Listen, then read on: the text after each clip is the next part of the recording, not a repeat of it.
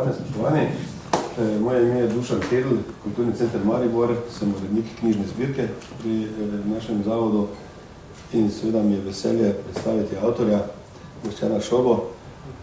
In mi je bilo tudi zelo zanimiva izkušnja takšen žanr, takšne knjige urejati, kajti dogajalo se je vse in še več skozi produkcijo te knjige. Mislim, da je ta knjiga verjetno ena daljši staž nastajanja vseh knjig, do zdaj 150, kar smo jih izdali. Tako da vedno sem trdil, da podjetništvo in pa umetniki imajo nekaj skupnega. Boštjan pa je to dokazal v prvi osebi. Bi pa kar prepustil gospe Damjani Žist in se ji seveda najlepše zahvaljujem, da povodila današnjo predstavitev in pogovor z avtorjem. Izvolite, Boštjan. Ja, hvala vsem skupaj, da ste prišli. Seveda pozdravljam tudi v mojem imenu. Najprej Boštjana, avtorja knjige, in vse vas, ki ste prišli. Z Boštjanom se tikava, tako da upam, da vas to ne bo motilo. Mogoče čisto kratek uvod, spoznala sva se seveda na sojenju, pred davnimi leti. In takrat nismo še takole sedela, ne, Boštjan?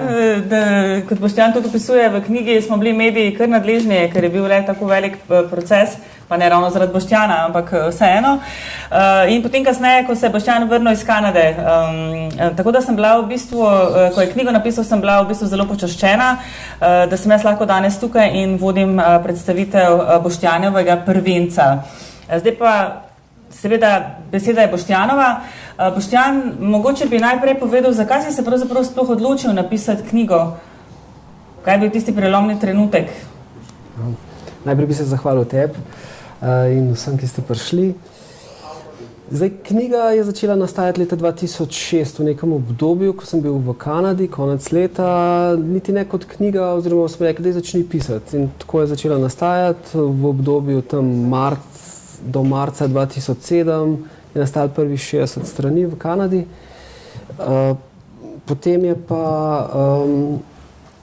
Potem sem pa to prekinil, potem so sledile pač tudi v Kanadi na nek način pregon oziroma te imigracijska pridržanja, tako da delno sem si pisal zapiske pač tam v priporu, jih pošiljal ven, ker sem jih pač uspel, neki so jih stran metali in tako naprej.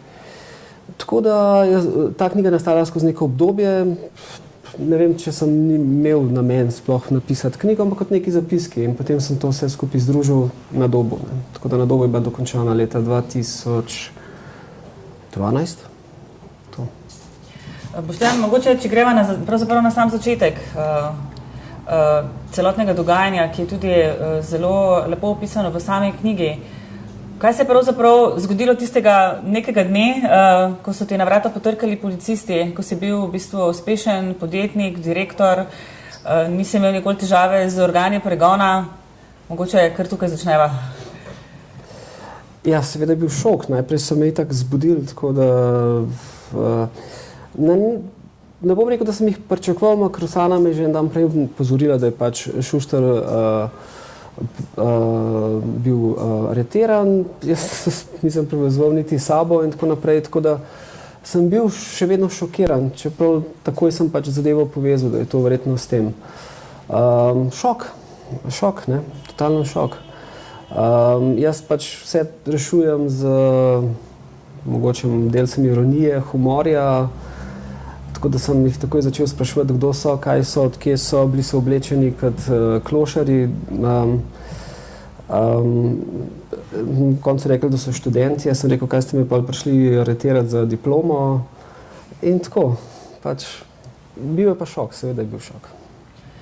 No, tedaj se je verjetno že vedelo pravzaprav o začetku te afere, v katero je bil prepleten tedanji državni sekretar na Ministrstvu za gospodarstvo Boris Šuštar, ko je bil pravzaprav prijet z roko v marmeladi, če se lahko tako izrazim, ob tem, ko je prejel 90,000 tedanjih mark podkupnine. To je bil zelo medijsko odmevni dogodek, v katerega ste potem počasi prikapljali tudi vsi ostali, prvo osumljeni, pa potem obtoženi. Mogoče, da bodo naši poslušalci lažje razumeli, Kako si bil pravzaprav ti povezan z Šobo, z Borisom Šuštarjem? Torej, Bida Šuštarjem sva se poznala do tega momenta aretacije 11 mesecev, tako da kaj zelo veliko nisva bila povezana. Sva pa bila skupaj v nadzornem svetu v SRD, to je bila takrat Slovenska razvojna družba, v nasprotnem taboru, ta prva 2 meseca skregana, potem smo pač mogli sodelovati in tako sem ga spoznal. Ne. Drugač pa tega Selana, ki naj bi dal podkupnino, nisem poznal. Me je pa Šuštar klical. Zdaj, tukaj jaz pravno se ne bi spuščal, ampak dejstvo je, da je bil Šuštar obsojen, da je zapiral svoje legalne terjatve. A ne, iz tega stališča jaz mislim, da taka sodba nikjer ne bi vzdržala, ker dejstvo je bilo, da je bila veriga dolžnikov, ki je bila, in Šuštar je tudi izterjeval ta dolg na sodišču. Tako da kaj vse se je pa takrat dogajalo, pa jaz ne vem, kaj so bili zmenjeni, kaj so bili, vendar že sama sodba, ta prva, ki je bila, pač govori, da je Šuštar zapiral svoje legalne terjatve. Jaz sem tudi imel to v glavi, tako so meni prezentirali in so pač rekli, če lahko pokličem gospoda Selana in se z njim pogovorim. No. In to je bilo vse, kar sem jaz imel v zvezi s tem. Mogoče Boštjan lahko poveš, kaj so vam pravzaprav, bila sta 2 sojenja, o tem se bomo dotaknili malo kasneje. Kaj je vam pravzaprav tožilstvo učitelja, nekaj si že omenil, kaj konkretno so tebi učitelji, pa če morda se v knjigi natančno tudi opisuješ, kako so potekala ta prva sojenja, to se pravi obtožnica, prvi vtisi, sojen, mediji, mogoče o tem, kaj poveš? Torej, mene so najprej obtoževali tega, da sem se izdajal za tujo osebo, kar je smešno, ker so pač imeli posnetek, kjer sva se midva Šuštarjem temu tako narežala, da se tudi sodnica se je režala temu. Ampak je bil, tudi sem videl, bil že nek drug scenarij, ki se je pripravljal na drugo sojenje, vendar ga pač ni bilo dokazov. Ne? Zato so v prvem sojenju mene obtoževali, da sem se izdajal za uradno osebo, v drugem pa pač, da sem Šuštarju pomagal priti do premoženjske koristi. Jasno, to je tudi prva stran knjige, vse obtožbe so bile na neugotovljenem času, v neugotovljenem času, na neugotovljen način in v neugotovljenem deležu. Ne? In to je ostalo tudi do zdaj, do danes. Kakorkoli že, lahko prosim poveš, kakšen je bil izrek sodbe na prvem sojenju zate, za ostale, če mogoče spomniš? Že ko smo bili na sami preiskavi, ko je pač odvetnik videl, česa sem sploh obtožen, je rekel, to ni nič, to je brez veze, tu boš dobil denarno kazen, 100 evrov. Tako da prvo sojenje, razen da je bilo pač odmevno, jaz nisem bil ničesar tazga obtožen, da bi me mogel biti strah. Tako da takrat sem bil v bistvu, vendar so pol tokom postopka so razširili obtožnico, da sem s tem, ko sem se izdajal, pomagal pri zlorabi položaja oziroma pri podkupovanju in tega sem bil oproščen. Ne? Tega sem bil oproščen, pač tisto izdanje za uradno osebo so mi dali, mi smo bili s tem zadovoljni. Jaz sem tudi imel občutek, da se je odvetnik nekako zdelo, da je to in da je zdaj mir. Je rekel, ne bomo se niti pritoževali, jaz se nisem niti pritoževal. Potem so pa v bistvu začela hoditi ven še druga dejstva, katera pa jaz nisem poznal. To, da je pač Šuštar iztoževal ta dolg na sodišču. Jaz sem seveda ponorel, ko sem rekel, zakaj pa s tem niste prišli ven. Pač to je bila politika takrat Senice, da se najprej pač po stopnji navzdol zagroženih kazni zbije najprej zlorabo, pa potem podkupovanje, potem bomo pač itak dokazali, da gre tukaj za zapiranje terjatev. Tako da takrat je potem Šuštar ni pričakoval obsodbe, moram reči, in je naredil, vsi smo bili tudi v politiki noter, tako da je kar nekaj pač potez naredil, da je prišlo do tega, da smo dobili signal, da če bomo dali mer, da bo sodba padla. To tudi opisujemo vmes, je pač tudi grozil z nekimi ovadbami, sem bil pri gospodu Janši, ki jih je želel, kar naenkrat so te ovadbe pač vsi želeli videti. In s tem grožnjami teh ovadb je dejansko tudi sodba padla. Ne samo, tudi upravičeno sicer, ne sedaj samo zaradi tega. Tako da kar naenkrat je bilo to, ker se pač nisem pritožil, sem ostal obsojen pomoči pri, za izdajanje za uradno osebo. Potem je šlo pa v drugo sojenje. Kakšna je bila, že poveš? Kazano je bilo nekaj 3 mesece pogojno. Skakaj prva je bila pogojna, ja? Ja, mi smo bili vsi veseli, smo rekli, ok, glede na šov, ki je bilo to čisto v redu. No, potem se je začelo drugo sojenje za isto zadevo, kjer pa so bila že predstavljena vsa nova dejstva, nove priče. Zato tudi opisujem to kot vsa pričanja so bila našo korist, vsa dejstva so bila našo korist, vsi dolgovi so bili pojasnjeni, zato tudi ocenjujem drugo sodbo kot nekaj, kar nismo se do konca borili proti njej, ampak nekaj nemogočega, da nekdo pač piše, da si ti kriv, ker si imel svojo namero zapeti legalne terjatve na način podkupnine. No, to ne gre skupaj, če so legalne terjatve, ni podkupnine. Ne. Takrat sem jaz v tem sojenju dobil samo denarno kazen. To je bilo to. Ves čas vmes se je pa pripravilo tretje sojenje. In tudi tukaj opisujem to zadevo. Vmes se je zgodila neka civilna zadeva, ki je bila skoraj nemogoča, jasno kolateralna škoda vsega tega, kar se je dogajalo. In je takrat moja odvetnica pač stopila po svoji privatni poti do Vrhovnega sodišča, ker če šle kaj delajo, to pa ni res. In je takrat pač vrhovni sodnik, da ne bom omenil zdaj imen, zabrusil nazaj, to je pa ta šoba, to je pa afera Šušter, z njimi bomo šli pa do konca. In to je bilo, mislim, da leta 2003 po končanjem tem, se pravi, v drugem sojenju. S tem, da mi sploh obtožnice še nismo imeli takrat, ne? Tako da meni ni bilo čisto jasno, s čim bojo šli do konca. Nekako jasno, težko je dokazati koruptivna dejanja, ne? Težko jih je dokazati, razen če pač obe dve stranki pač tega ne trdita ali priznata, ne? Tako da jaz verjamem, da je bilo sodišču oziroma pač policiji in ostalim organom težko spisati obtožnico, in so spisali na tak način, kot je bila spisana. Reakcijo lahko povem mogoče samo kanadske sodnice, ko so me pač s to obtožnico probali izročiti, je rekla, kako v prevodu je bilo to by unknown means, on unknown date, je rekla, kaj pa vi sploh veste, mislim, če se ga pa potem sploh obtožujete, saj to niti ni za ovadbo dovolj, ne, taka, kaj šele za obtožbo, kaj šele za sodbo. Tako je to. To je, sem že pozabil, kaj je bilo vprašanje. Ne, se je v redu. Boštjan, ti si zdaj omenil Kanado, tukaj ne. Kdaj nastopi Kanada, kdaj si ti odšel v Kanado, to se pravi med tretjim sojenjem. Zakaj si šel v Kanado? Mogoče najprej to. Ja, tukaj so še neke okoliščine, ki jih jaz še malo raziskujem. Dejstvo je, da sem jaz pač vsa 4 leta praktično preživel v Ameriki, ker sem delal za elektrončka. Tako da Kanada, če bi že hotel kamit, bi šel kamorkoli druge kot v Kanado. Mene pač nek prijatelj, znanec, bolj prijatelj, skozi vabil to Kanado, Kanada pa prid, pa boš videl, pa tako naprej. In jaz sem v Kanado šel za 1 teden. Nisem hotel tam ostati, tudi pod razno ne. Potem se je pa zgodila neka zadeva, da so meni dali, zato ker sem šel, že moram prej tako povedati, jaz sem v zvezi s tretjim sojenjem opravil vsa dejanja, se pravi, sem poslušal obtožnico, sem mogel povedati, da jo razumem, čeprav jo nisem, ampak pač taka je procedura.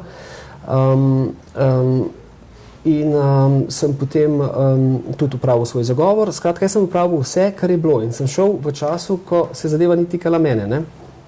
In so meni dali, takrat so mi razpisali z malo notarialico, ne? Zato, ker sem manjko na enem sojenju.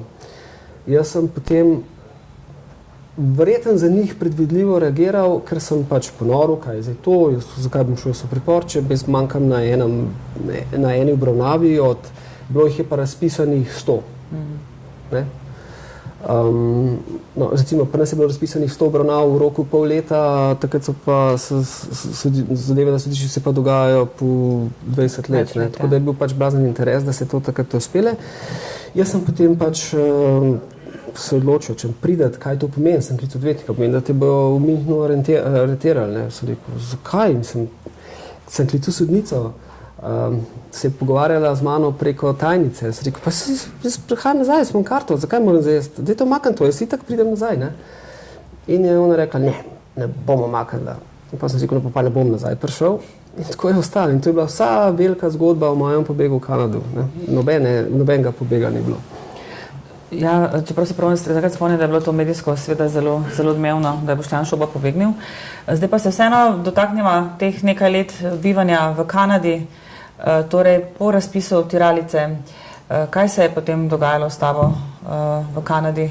Kaj si počel in kaj so počeli kanadski organi pregona, ki so bili seveda ves čas v navezi s slovenskimi organi pregona, predvsem s pravosodnim ministrstvom? Ko sem jaz prišel v Kanado in potem, ko sem se odločil, da bom ostal, sem obiskal imigracijskega odvetnika in je pač rekel, bo šla v proceduro. Jaz sem pač dobil vse dokumente in iz sojenja in od raznih organov, ki so tudi že takrat to malo gledali. Ne. Recimo ena organizacija ARIS je preučevala to zadevo. Vsemi temi dokumenti sem prišel na imigracijski ta oddelek in sem bil potrjen kot prosilec za azil. Tako da, kot ta begunski status je nad statusom vsega, torej tudi nad kazanskim procesom in jaz sem imel popoln mir.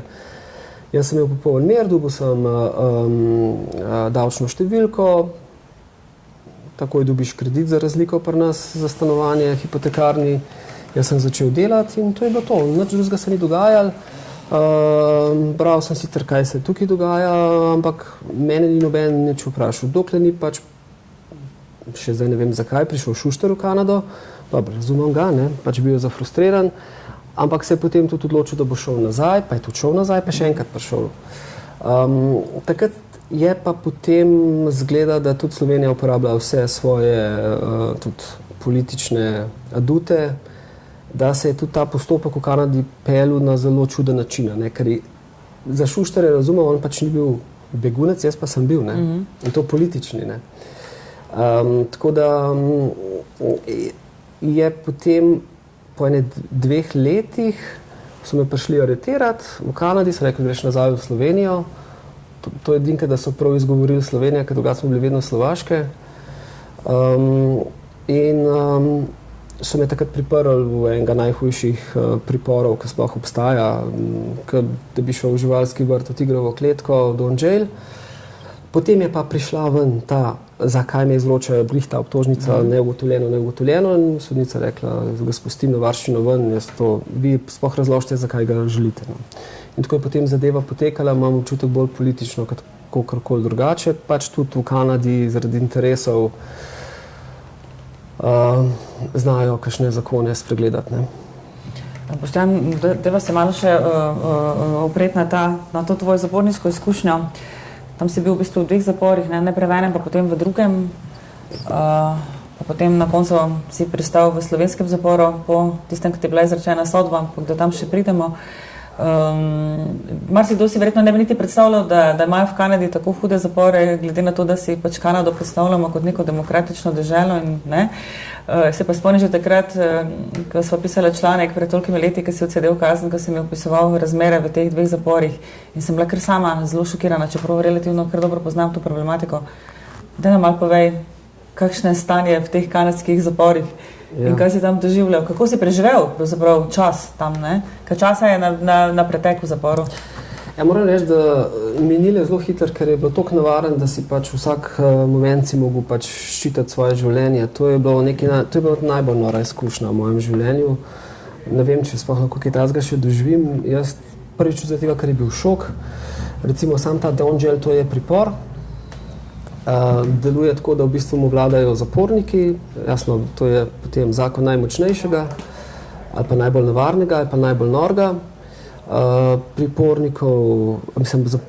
Paznikov ni nikjer, tako da si prepuščen, ne vem, kot bi jim zaprl v tigrovo kletko.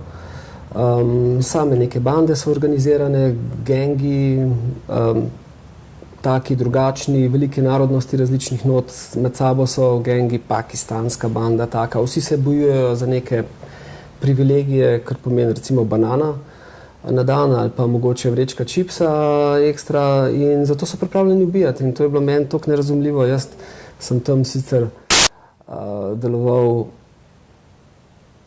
tako, no, v bistvu me je ene par ljudi zaščitil znotraj tega, ker sem mi pač pomagal določene stvari delati, ampak ko sem se zvečer ulegel, sem jokal, ampak ne zaradi mene, jokal sem, da sem mogel vedeti, da smo ljudje sposobni kaj takega, ne, da lahko na takih nivojih funkcioniramo, kakor tam funkcioniramo. Ne. Maj pa tudi tiste zgodbe njihove svoje ozadja, ne, se te vsi, ki so bili tam not, so imeli, ko so se polni odprli, zlorabljeni iz različnih družin. Pač. Tako da sem se naučil, da vse sprejmem, ker vse ima svoj vzrok. No in potem je prišel dan, ko te je pravzaprav Slovenija dobila nazaj, če se lahko tako izrazim, ko so te prišli pač iskati predstavniki slovenskega Interpola in te pripeljali nazaj v pripor na Povšetovo in potem tretje sojenje. Mogoče še kaj o tem povemo, o tretjem sojenju. In o vrnitvi nazaj. Vrnitev je bila tako zelo spuščena. Prišli so dva kriminalista iz Maribora, predtem so bili na Niagari, tako da sem zaradi tega še en teden dlje čakal. V bistvu so bili, tako bi so rekel, prizanesljivi, so rekli, zdaj vas vozimo tle nazaj, veste, kaj se v Sloveniji dogaja. In se prav spomnim, ker sem pač na letalu pobral finance in sem jih listil, prodana kolinska, prodana droga, prodana tega ne obstaja več, unga ne obstaja, pa vi delate tle. Tako da so bili zelo prizanesljivi, ta izkušnja je bila v redu. Smešen se mi je zdel, ko so novinarji tekli za kombijom na Brniku, to mi je bilo skoraj spet nerazumljivo. Sam pripor na Povšetovi otroški vrtec, če smem povedati, v primerjavi s kanadskim je to čisti otroški vrtec. Tukaj pač vladajo pazniki in spodbujajo tožarjenje, tako da je relativno mir, se nič ne dogaja. Sojenje bi kar spustil, ker se kar še, to še vedno je pač v pritožbenem postopku. Absolutno, dokler se bom lahko, se bom pritoževal zoper tako sodbo. Mislim, da je in nezakonita in nelegalna. Ampak v redu, v trenutku, ko je zadeva pravnomočna, vsi rečejo, jo bomo spoštovali. Ne? Saj, če jo ne spoštuješ, te pa prisilijo, da jo spoštuješ. Jaz sem jo sprejel takšno kot je, vendar se bom zoper nje boril, mislim, da je katastrofalna. Kar se tiče pa doba, je pa spet otroški vrtec. To je pa, če doživiš pač pripore Kanade, verjetno tudi v Ameriki,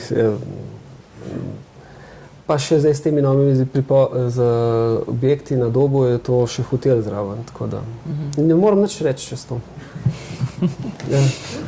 Zdaj si Boštjan že omenil, ne? Se pravi, na tretjem sojenju si bil obsojen na krvno zaporno kazen konkretno.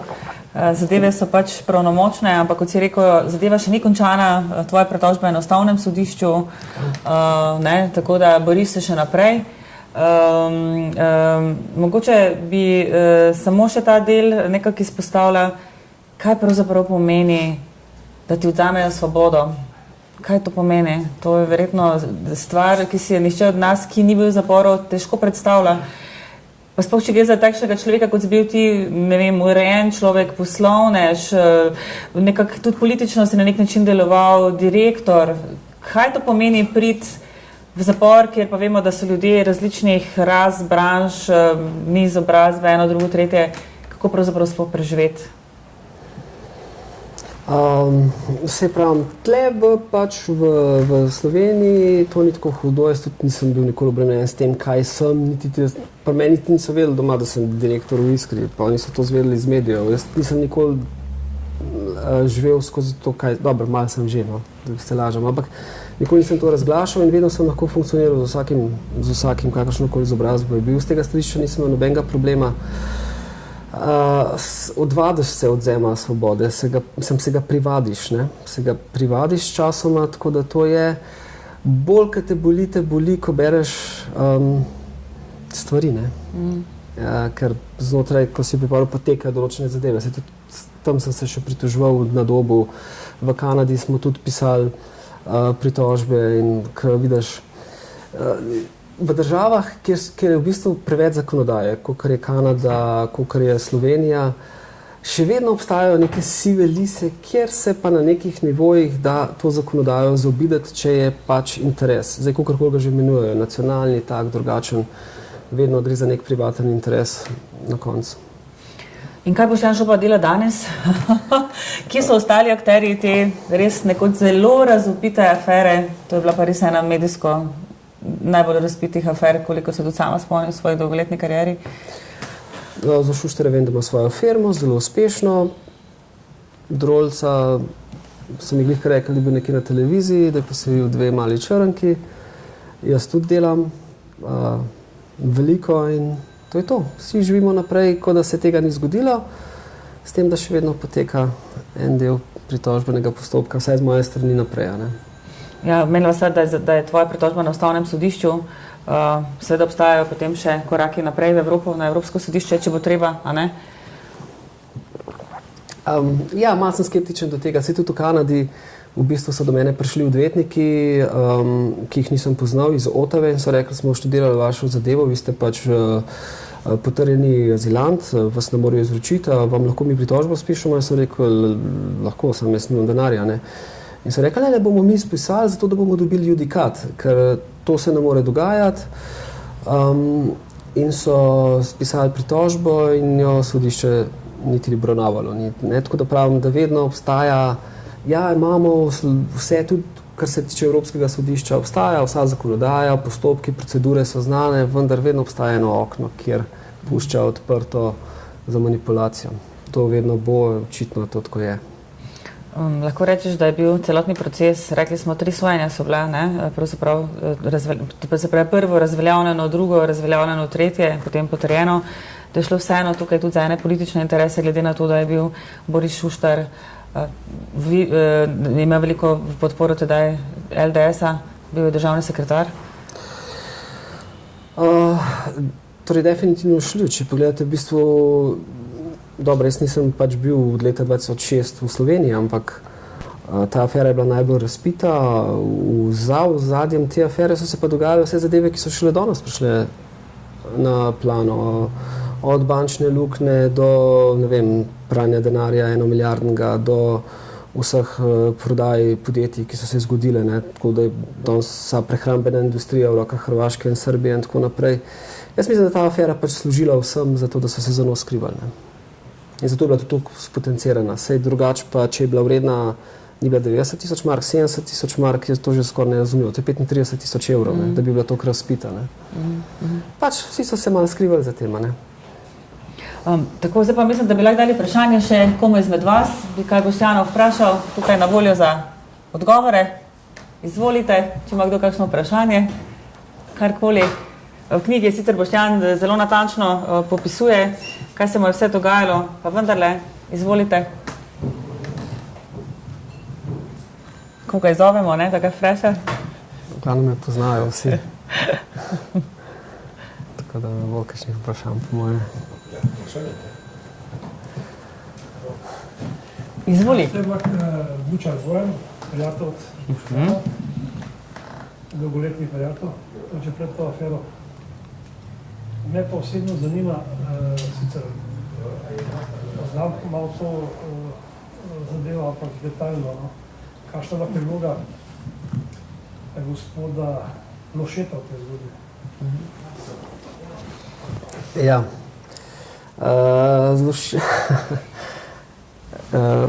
Malo prekratino vprašanje. Jaz sicer ne moram reči, da sem imel, pustimo njegovo osebnost, ampak z njim sem na poslovnem nivoju sodeloval, ker ima določeno znanje in tako naprej. Je pa bil vedno blizu aktualni politiki, vedno. Torej, ali je bil to takrat Peterle, ali je bil potem to Drnovšek. In on je skozi vmes, ko sem jaz pač reševal likvidnostne probleme v Iskri, on urejal sestanek z nekom v Sloveniji s Clintonom in tako naprej. Tako da vsa ozadja njegova mi še niso čisto jasna. Dejstvo je, da je bil on soobtožen, a ne? Celo bilo je tako, da sem jaz njemu nudil pomoč, on pa Šuštarju. Potem je pa kar naenkrat potem ta zadeva zbledela in v obtožnici ga ni bilo več. Tako da mislim, da je takrat, vem, da je Drnovšek posredoval, da ga ne bi bilo noter, zakaj pa ne vem točno. Bolj, ker je bila ta zadeva, to se vidi ta ozadja, ki so v Sloveniji, ne, ko govorimo o stricih, unih, tretjih, karkoli, so to res. Ne. Jaz tudi osebno verjamem v teorijo zarote, ker in to nisem dojel, da pa mediji nikoli niste o tem poročali. Da ne gremo v podrobnosti, pač zadeva je temeljila na mojem računalniku, ugotovili so, da fajli izvirajo iz Lovšetovega računalnika. Sodnica seveda pri taki ugotovitvi izvedenca ni imela kaj drugega narediti, kot da pogleda Lovšetov računalnik, ki je bil glih tako zaplenjen, ne? Noben sicer ni poročal, da je bil on tudi aretiran. In to je bilo nekaj, spet poleg tega Don Žela, ena taka izkušnja, ki ti da mravljince, ki rečeš ops. Sodnica reče, ok, bomo pogledali Lovšetov računalnik, ki je bil pač v obliki diskete, zapečaten. Odpre zapečateno kuverto, se pravi 12 let zapečateno kuverto, odpre škatlo s CD-jem, noter ni nič. In zdaj sodišče, ki varuje, no, to se ni zgodilo v knjižnici Mladinska knjiga, ne, zgodi se na sodišču, ki pač varuje dokaze, ne. Zdaj tukaj pa je bila še zapečatena kuverta, tako da to so, ne vem, jaz kot novinar, ki bi bil na sojenju, pa bi tako okoliščino opazil, bi o tem poročal, pa ni noben, ne. Meni se zdi pa to grozno, da sodišča zglinajo ključni dokazi, ne, ki bi mene lahko popolnoma razbremenili, ne. Pa vemo, zakaj so izginili ti dokazi? Si kdaj to raziskoval? Ja, jaz že raziskujem, ampak rabimo še malo pomoči tukaj. Pa je navaranje. Zdaj, ko si omenil Lovšetov računalnik, tudi s tvojim računalnikom je bilo nekaj hudo narobe, oziroma ni bil tako zapečaten, kot bi mogel biti, oziroma so kriminalisti prej z njega jemali podatke, kot je bilo to uradno dovoljeno. Mogoče še o tem kaj poveš? Ne, da so jih jemali, ustavljali. Tako, pardon, ustavljali, ja. Prirejali dokumente. Ja, to je bilo ugotovljeno na sojenju. Bilo je tudi ugotovljeno, recimo, da ta disketa, ki je bila kopija mojega računalnika, izvira iz 12.12. Jaz sem prišel pa 13.12., ker naj bi pred tabo odprl računalnik in pač vzel podatke ven. To pomeni, da vsi podatki, ki so, niso pač te podatki, da niso podatki za računalnika, ampak očitno je bilo pomembno obsoditi tukaj za vsako ceno, tako da je potem sodni izvedenec podal tako sodno mnenje. Ta zadnji dan na izrek sodbe prišel spremeniti izjavo. To je še ena taka okoliščina, ker pač kaže, da pri nas ni objektivnega sojenja. Je še kakšno vprašanje? Izvolite. Še mogoče kdo? Glede na izkušnje, ki jih imaš, komu sploh še verjameš? Mislim, da se sploh ne obremenjujem s tem, ali verjamem ali ne, pač sprejmem. Načelno izhajam iz upanja, ker če ne, pa res ne moreš živeti.